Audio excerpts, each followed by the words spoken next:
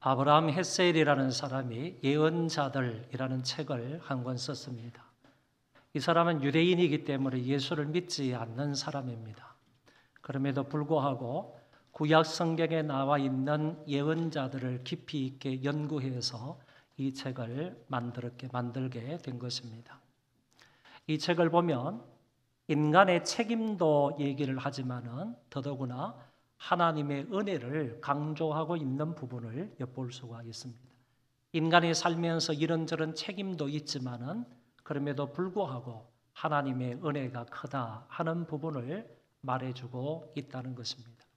이 사람이 이 책에서 사람은 망치고 하나님은 이루신다라는 말을 남겼습니다. 사람이 하는 모든 일들은 결국 망친다는 것입니다.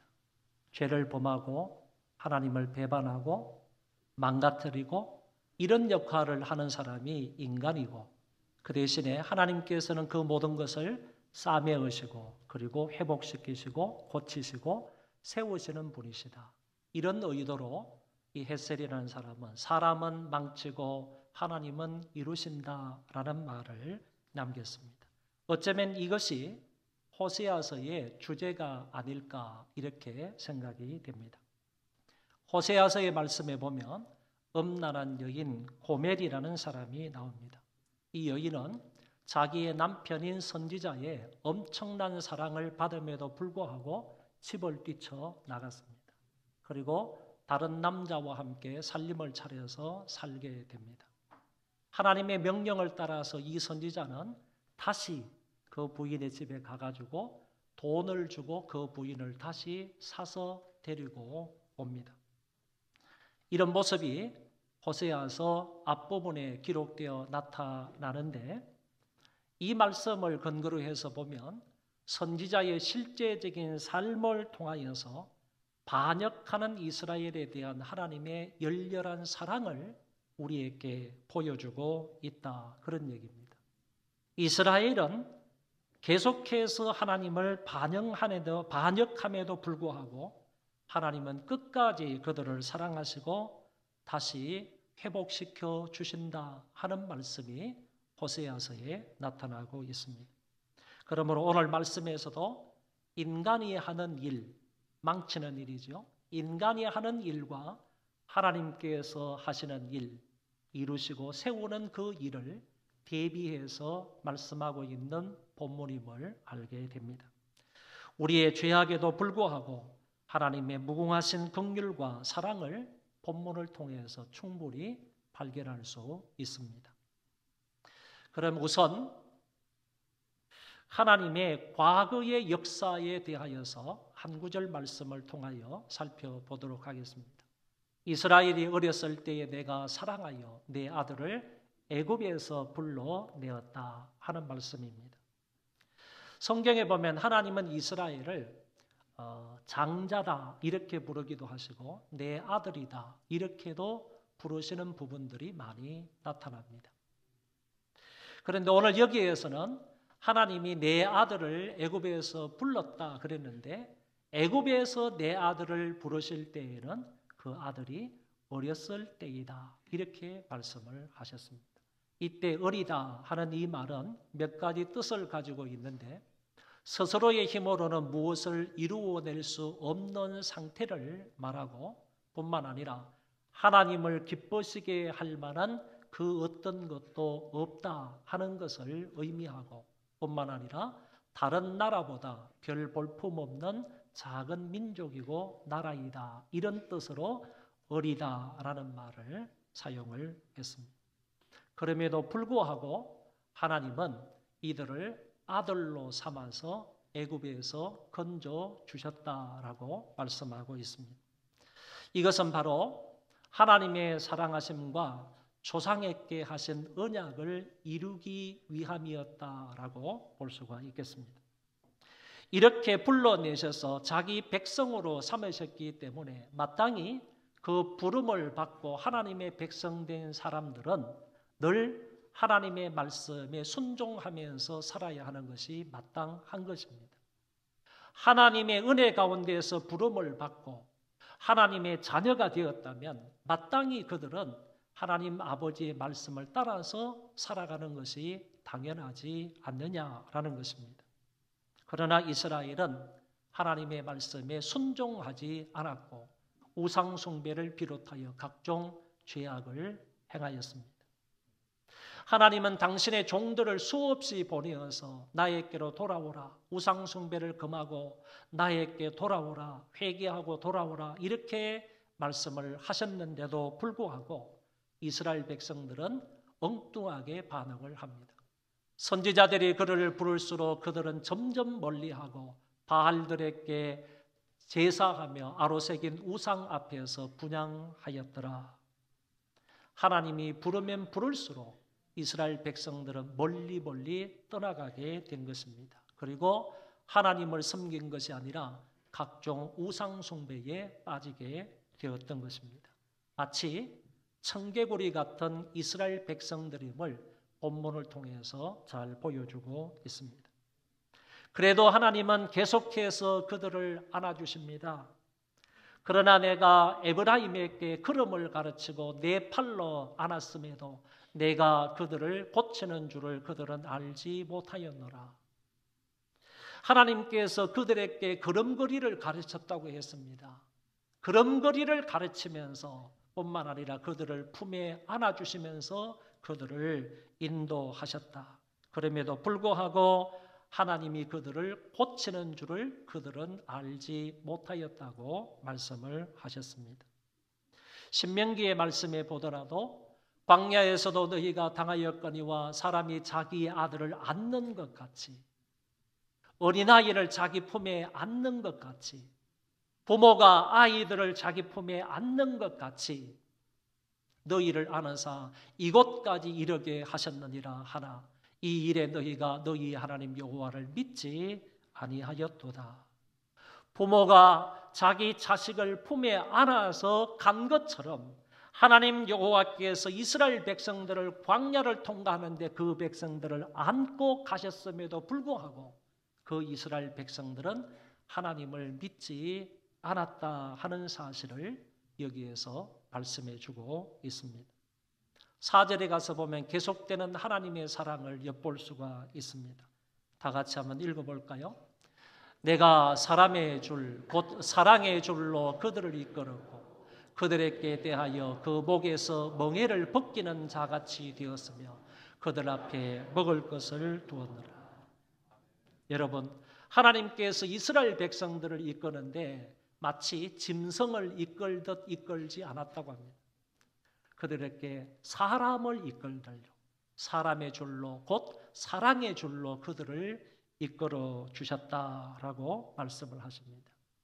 여러분, 짐승을 이끌 때는 대부분 짐승의 목에다가 목줄을 메어가지고 이렇게 이끌지만은 하나님은 당신의 백성들을 이끄실 때 그렇게 하지 아니하시고 손목에다가 당신의 사랑의 줄을 묶어서 그들을 인도하셨다라고 말씀하고 있는 것입니다.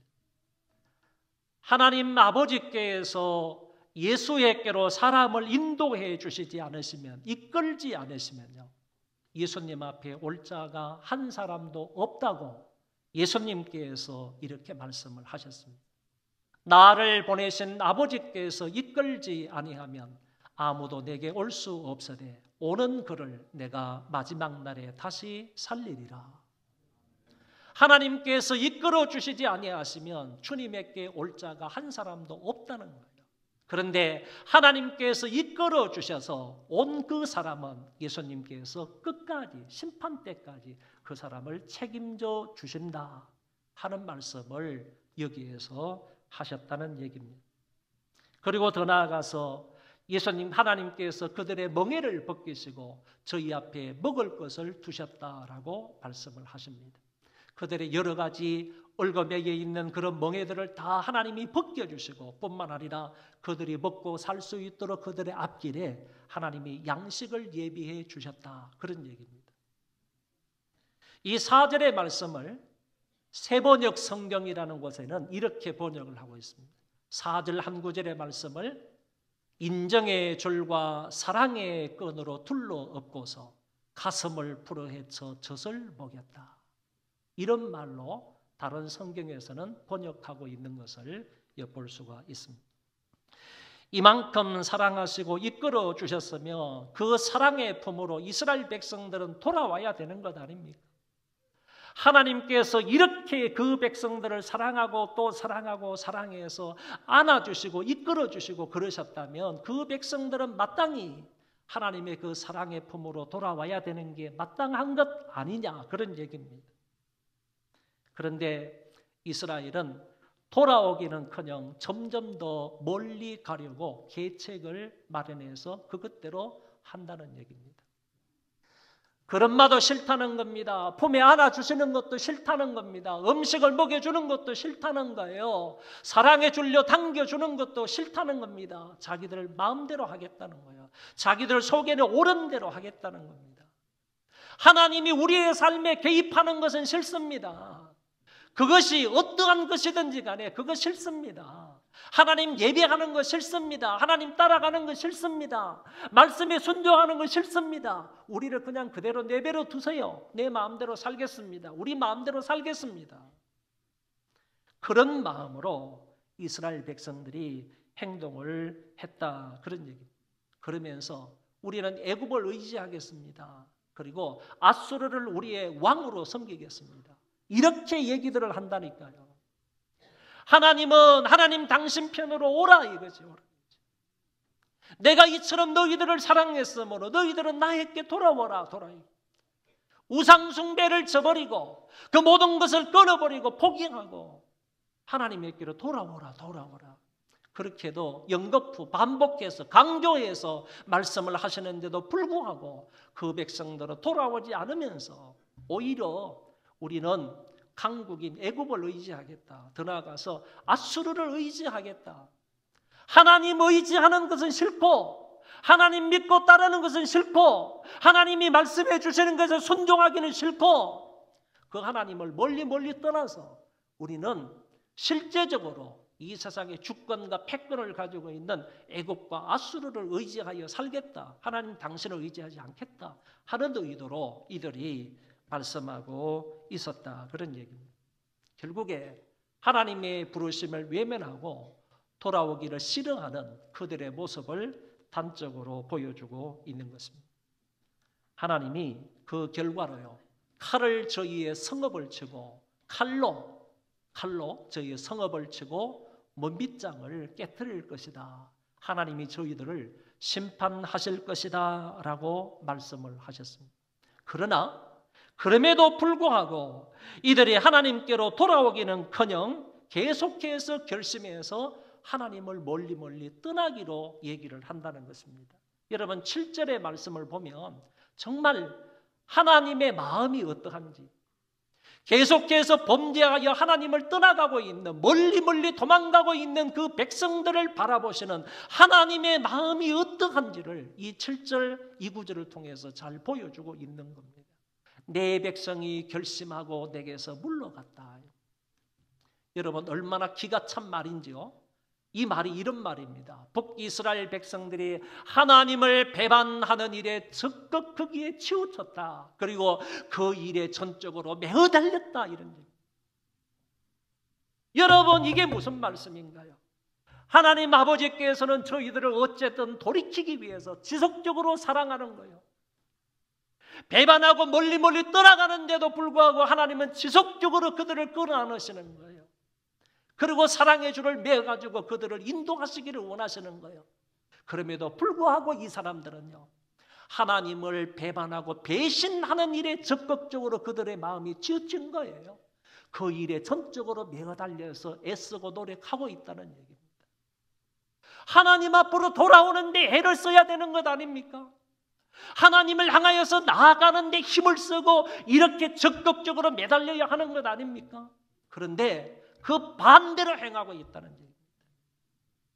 그 반대로 행하고 있는 그들의 모습을 여기에서 이렇게 말씀하고 있습니다.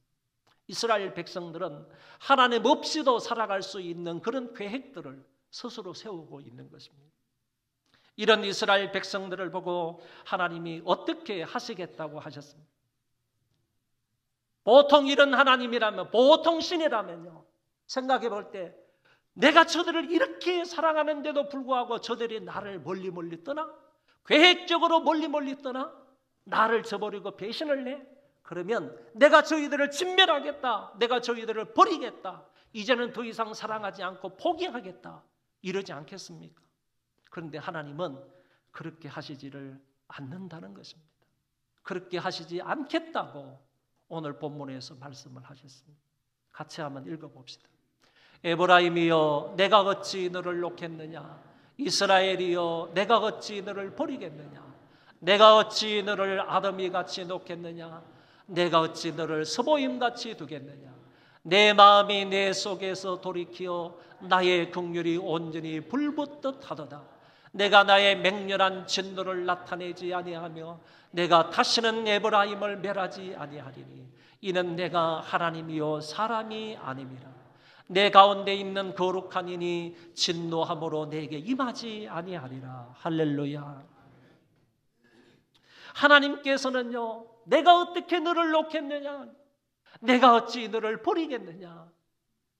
아드마와 스보임같이 내가 멸망하도록 어떻게 너희들을 내버려 두겠느냐? 그만두겠느냐?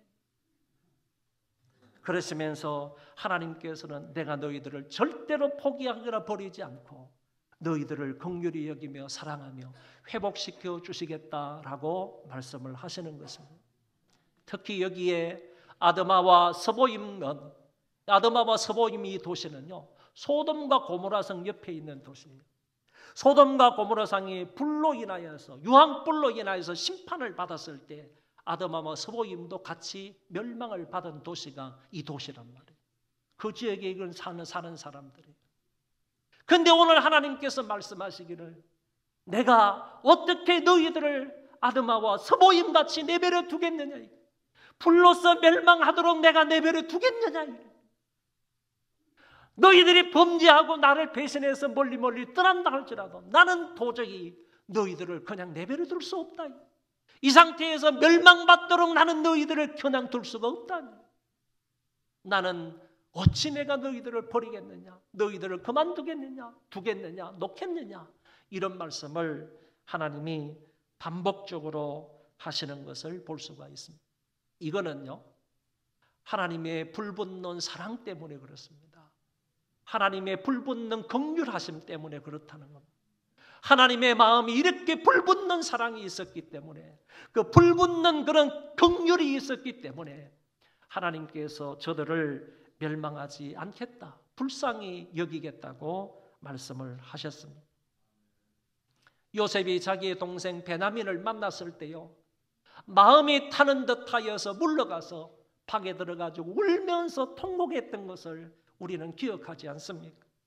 그것처럼 하나님의 마음의 긍휼이 그 불붙는 듯하기에 에브라임과 이스라엘을 버릴 수가 없다라고 말씀하셨습니다. 저들의 소행을 생각을 한다면 1000번, 10,000번이라도 버렸을 것입니다.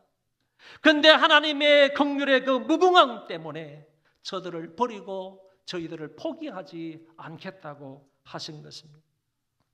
이는 하나님께서는 사람이 아니라 하나님이시기 때문이라고 그 이유를 짤막하게 말씀을 하셨습니다. 우리를 향하신 하나님의 긍휼과 사랑을 성경을 통해서 확인할 수가 있습니다.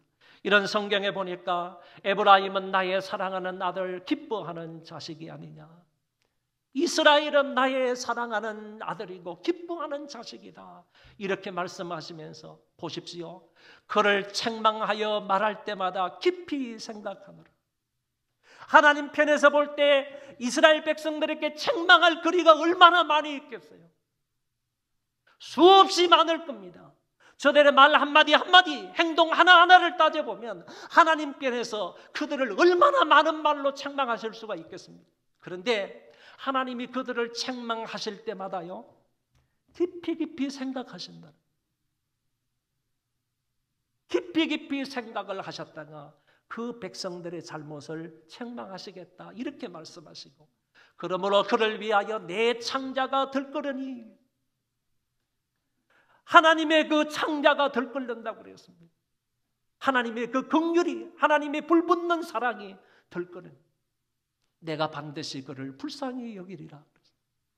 그 사랑 때문에, 그 긍휼 때문에 하나님은 당신의 백성들을 불쌍히 여기고 긍휼히 여기겠다 이렇게 말씀을 하셨습니다. 예레미야 예가의 말씀에도 보면요, 이런 말씀이 나오죠. 여호와의 인자와 긍휼이 무궁하심으로 우리가 진멸되지 아니함이니이다. 우리가 진멸되지 않는 이유가 뭡니까? 하나님의 인자와 긍휼이 무궁하시기 때문이다. 여호와의 자비와 긍휼이 무궁하시며 주의 성실이 크시기 때문에 저와 여러분들이 진멸되지 않는다고 하셨습니다. 본문의 마지막 두 구절을 보면요, 이스라엘 백성들을 위한 하나님의 사랑으로 그들을 회복시켜 주시겠다 하는 말씀이 나옵니다. 다시 좀 보면 여호와께서 자기 백성을 사자처럼 일어나셔서 모으시겠다 이렇게 말씀하셨고, 온 세상을 흩어졌을지라도 자기 백성은 여호와를 쫓게 될 것이다. 그리고 그 백성들이 사방에서 떨면서 새같이 비둘기같이 날아올 것이다 이렇게 말씀하셨고, 마지막 와서는 각 집에 그들이 머물게 될 것이다 라고 하나님이 마지막 두 구절을 통해서 이렇게 말씀하시는 것을 볼 수 있습니다. 시편 기자는 이렇게 노래합니다. 만군의 여호와여, 주의 장막이 어찌 그리 사랑스러운지요. 내 영혼이 여호와의 궁정을 사모하여 쇠약하며 내 마음과 육체가 살아계시는 하나님께 부르짖나이다. 나의 왕 나의 하나님 만군의 여호와여, 주의 제단에서 참새도 제집을 일컫고 제비도 새끼들 보금자리를 얻었나이다. 주의 집에 사는 자들은 복이 있나니 그들이 항상 주를 찬송하리이다. 여호와의 집에 사는 자가 복이 있음을 노래하고 있는데요, 그 집에 누가 사느냐? 참새와 제비도 그곳에서 산다는 겁니다. 이런 미물도요 그 집의 삶으로 인하여서 복을 누리고 있습니다 라는 것을 얘기하시는데, 오늘 말씀과 연결을 시켜보면 하나님께서 나중에 사자후를 발휘하셨어요. 모든 주의 백성들을 다시 돌아오게 하셔서 하나님의 집에 이렇게 안전하게 살게 만드시겠다 하시는 말씀을 하고 계시는 것입니다. 오늘 이 말씀을 기억을 하시면서 오늘 결론의 말씀으로 가겠습니다. 말씀의 결론은요, 본문은 북이스라엘 백성들의 죄악에도 불구하고 그들을 향한 끊임없는 하나님의 사랑을 대조적으로 보여주고 있습니다. 사람은 망치나 하나님께서는 이루시는 겁니다. 그 모습을 여기에서 볼 수 있습니다. 북이스라엘의 왕국은 죄로 인하여 멸망을 하지만 하나님의 무조건적인 사랑으로 그들을 다 멸하지 않으시고요, 포로된 곳 또는 피난 갔던 곳에서 다시 고국으로 돌아오게 될 것을 보여주고 있는 것입니다. 하나님이 그들을 부르시지만 듣지도 않고 멀리 떠나갔고, 각처에서 우상숭배와 안식일을 범하며 하나님 없이 자기들 마음대로 살다가 하나님의 심판을 받아 아수르 나라에 의해서 북이스라엘은 멸망하고 맙니다. 그럼에도 불구하고 하나님은 그들을 향한 불붙는 사랑, 끓어오르는 긍휼하심으로 품에 안아서 인도해 주시고 마침내 고국 땅으로 돌아오게 하겠다고 약속을 하셨습니다. 그 약속대로 BC 586년 고레스의 칙령에 의해서 남유다 백성들이 돌아오게 될 때에 그 북이스라엘 사람들, 흩어져 있었던 사람들도 함께 자기 고국으로 돌아오게 되는 것입니다. 이스라엘을 사랑하신 하나님은 오늘 우리도 이처럼 사랑하심을 믿으시기 바랍니다. 그들의 제약에도 불구하고 사랑하셨고 부르고 불렀지만 더욱더 멀리 떠나갔음에도 불구하고 그들을 사랑하셨던 하나님이 지금도 저와 여러분을 사랑하십니다. 사람들은 무엇 때문에 사랑하지만 하나님은 그럼에도 불구하고 우리를 사랑하십니다. 사람은 돈 때문에 사랑하기도 하고요, 지식과 기능 때문에 사랑하기도 하고요, 명예나 아니면 비전이나 성품이나 얼굴 때문에 사랑하기도 하지만 하나님은 무조건적으로 우리를 사랑하시고 죄악과 반역과 불순종과 배신에도 불구하고 값없이 베풀어 주시는 희생적인 사랑을 하십니다. 집 나간 탕자가 함께 모든 재산을 다 탕진하고 맙니다. 그래서 나중에는 돼지가 먹는 쥐엄 열매로 자기의 배를 채우고자 했습니다. 이런 비참한 신세에 떨어져 있다가 자기 아버지 집을 생각하게 되었습니다. 내 아버지 집에는 먹을 것이 많은데, 내 아버지 집에는 품꾼들도 많이 있는데 내 아버지 집으로 가야 되겠다. 내가 아들로서는 자격이 없을지 모르지만은 내가 들어가서 품꾼의 하나라도 써달라고 아버지께 부탁해 봐야 되겠다. 그 돼지가 먹는 쥐 없는 열매 그 자리에서 이 탕자는 벌떡 일어나서 아버지를 향해서 가게 됩니다. 그날도 어김없이 마을 앞 어귀에 가서 아들을 기다리고 있는 이 아버지는 드디어 누더기 옷을 입고 신발도 없이 맨발로 어깨가 축 처져서 힘없이 걸어오는 그 아들을 보게 됩니다. 아버지는 단숨에 그 아들에게 달려가서 아들을 껴안고 입을 맞추며 어찌할 줄을 모르고 있습니다. 아버지는 아들을 집으로 데리고 가서 옷을 갈아입히고 신발을 신기고 아들됨의 표시로서 손에 가락지를 끼워줍니다. 그리고 살찐 송아지를 잡아서 온 동네 사람들을 불러놓고 죽었던 내 아들이 살아왔다고, 집 나갔던 내 아들이 다시 살아왔다고 큰 잔치를 벌이는 모습을 볼 수 있습니다. 이게 바로 우리 같은 탕자들에게 베풀어 주시는 하나님 아버지의 넓으신 사랑이고 하나님 아버지의 긍휼하심입니다. 우리가 연약할 때에, 우리가 죄인 되었을 때에, 우리가 하나님과 원수 되었을 때에 그리스도께서 우리를 위하여 죽으심으로 하나님께서 우리에 대한 자기의 사랑을 보여주셨습니다.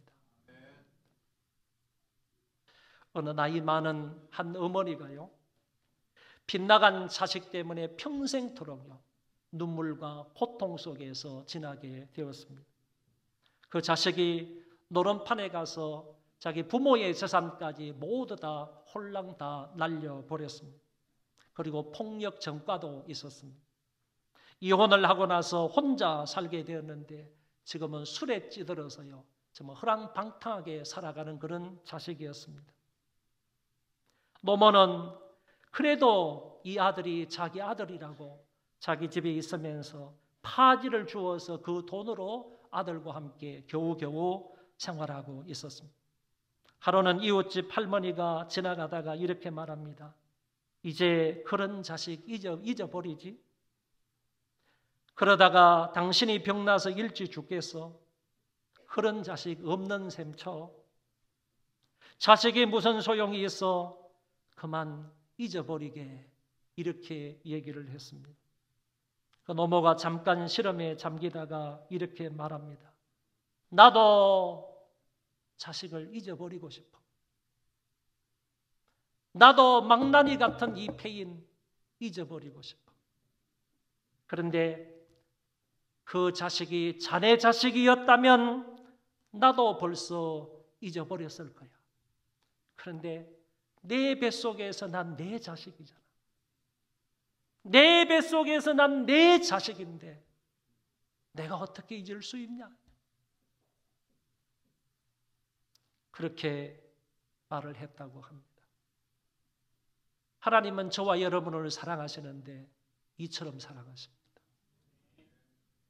하나님은 우리를 사랑하시는데 이 자식을 사랑하는 어머니처럼 우리가 이렇게 죄악됨에도 불구하고요 정말로 세상 사람들과 별 다르게 없이 살아가는 개 망나니처럼 살아가는 그런 사람이라 할지라도 하나님은 여전히 저와 여러분들을 이렇게 사랑하시는 하나님이십니다. 그 사랑에 부합된 삶을 살아가는 우리 모두가 되시기를 바랍니다.